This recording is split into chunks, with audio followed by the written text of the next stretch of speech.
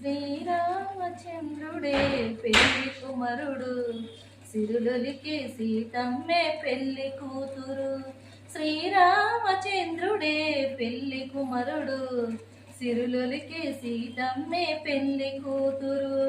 అందాల రాముని అపురూప జానకి పరిణయం జరిగిన శుభదినం.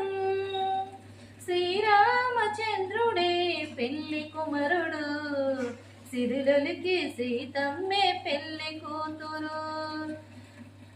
పచ్చనైన పందెల్లో నింగిగెగసెను, చక్కనైన పీటలు భూమి నిండెను.